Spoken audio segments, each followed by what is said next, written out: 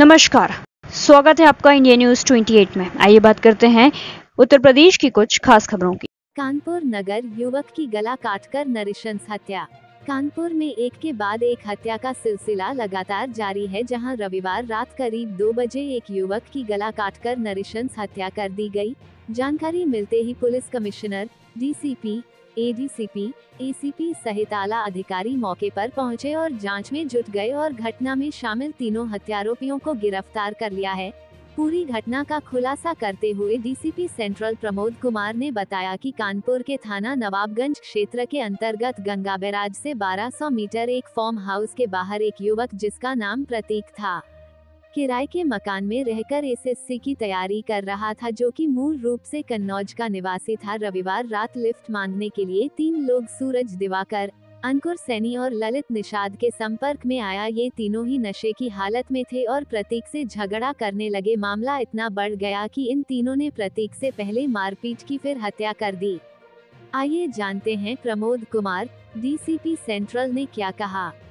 Cameraman Babita Verma के साथ UP state senior reporter Hamid Hussain की रिपोर्ट। एक व्यक्ति को 3 लड़के मिलकर मार रहे थे ईंट पत्थर से। इस पे हमारी नाइट पुलिस जो तत्काल वहाँ पे पहुंची और वहाँ पे जो सूचना करता थे रामानंद, उन्होंने बताया था कि ईंट पत्थर से मार रहे।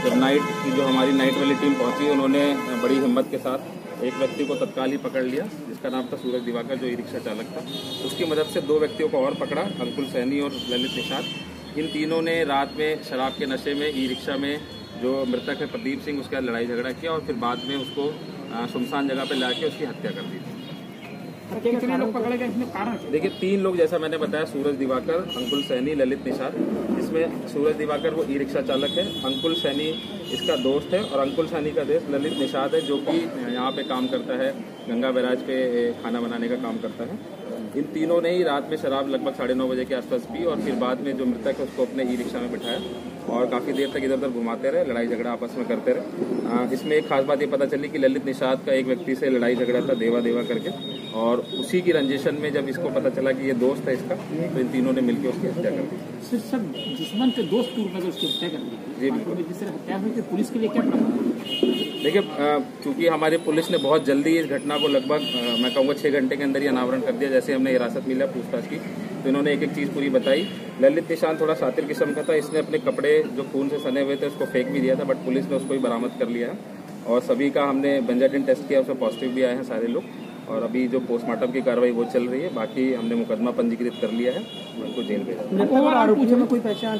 देखिए नहीं, अभी तक ये चीज़ नहीं पता चल पाई, क्योंकि जब हमने डिटेल में पूछताछ करी तो तीनों ने ही मना किया कि व्यक्ति को हम नहीं जानते थे, बट चूंकि एक कॉमन लिंक जो देवा करके निकल के आया है वो ललित का दोस्त था और उसी के कारण इन्होंने प्रदीप की भी हत्या की। चर्चा चली प्रेम पसंद की। देखिए, चूंकि ये लड़का जो है रामानंद, लगभग 30 उम्र का है, ये इसकी भी शादीशुदा नहीं है और यहाँ पे एसएससी की तैयारी कर रहा था। हम लोग इस लिंक पे भी काम कर रहे हैं अभी, लेकिन अभी प्रथम दृष्टया इस चीज़ की पुष्टि नहीं कर। सर, एक पूछे, जैसे मूलगंज में अभी हत्या हुई थी और ये छोटी बातों में जिस तरह हत्याएं हो रही है, तो क्या लगता है कि कानपुर में क्राइम का, हत्या का जिस तरह ग्राफ बढ़ा है, तो लगता नहीं पुलिस के लिए समस्या बन रही है? देखिए, आपस में लड़ाई झगड़ा चूंकि एक मुख्य कारण मुझे लगता है जो शराब और इसकी चीज़ें होती है, जो नाबालिग बच्चे होते हैं या उस कम एज के बच्चे होते हैं जो पढ़ाई लिखाई बहुत जल्दी छोड़ देते हैं और शराब के नशे में आते हैं, वो तहस में आके इस तरीके के काम करते हैं, तो उस पर ध्यान देने की जरूरत है। मैं मीडिया के बंधुओं से भी आग्रह करूंगा कि जो लोग शराब पीते हैं या नाबालिग बच्चे जिनकी फैमिली में इस प्रकार के जो काम धंधे में लिप्त है, तो उनको भी समझाने की कोशिश करें। घटना स्थल पे कई दुकानें हैं जो